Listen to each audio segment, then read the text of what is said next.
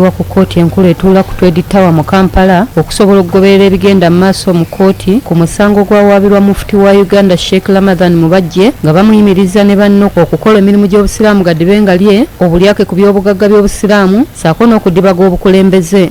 Omusango guno guli maaso g'omulamuzi Esther Nambayo era ng'ono ayongezzaayo okuwulira omusango guno olw'ensonga nti enjuyi zombi eziri mu musango guno tezinnateekamu nsonga zaabwe nakwewozaako mu buwandiike era wano omulamuzi abalagidde bakikole bakomewo mu kkooti ng'ennaku z'omwezi 3 omwezi ogujja. Mu musango guno Hajji Hassan Basajja balaba ng'ali wamu ne munne Hajji Abdul Kiyimba basooka guwaba mu kkooti ento etuula Mengo mu maaso g'omulamuzi Patrick Ngereza Talisona kyokka gwali gugenda okuwulirwa ate kkooti enkulu n'eguyita olw'abawowaabira okwekubira enduulu mu kkooti enkulu. Mu kkooti enjuyi zombi zikiikiriddwa bannamateeka era nga wano munnamateeka w'oludda oluwaabi Swabul Mazul ne Sekyanzi Lawrence batubuulidde engeri omulamuzi gyakuttemu omusango guno. Ye Hajji Abdul Kiyimba ayongedde okutangaaza ku musango guno. Ye emyaka gye mmaze naawe emyaka 22 nga mbadde ndi naawe nga tompirangako musuubuzi kimaze kukwata olwaleero otandise kutandika kuliyetingawo mbeera etisatisa abantu.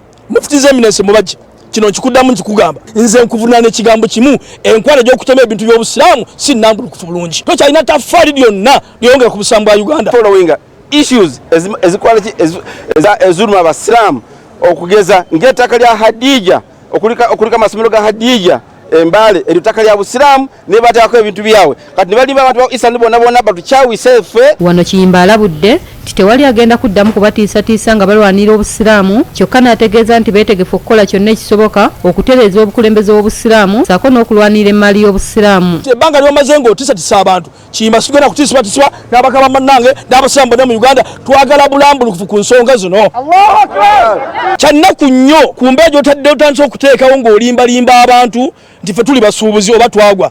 Bembanga nagwanga nalayira nenkuba ekiro kya Uganda Muslim Council nga nkute ne Kurani nga gwo jimpadde omulimba nze naawe ani musinga okuba omulimba. Jacqueline Nantale, BBS Terefayina, Ageesigika.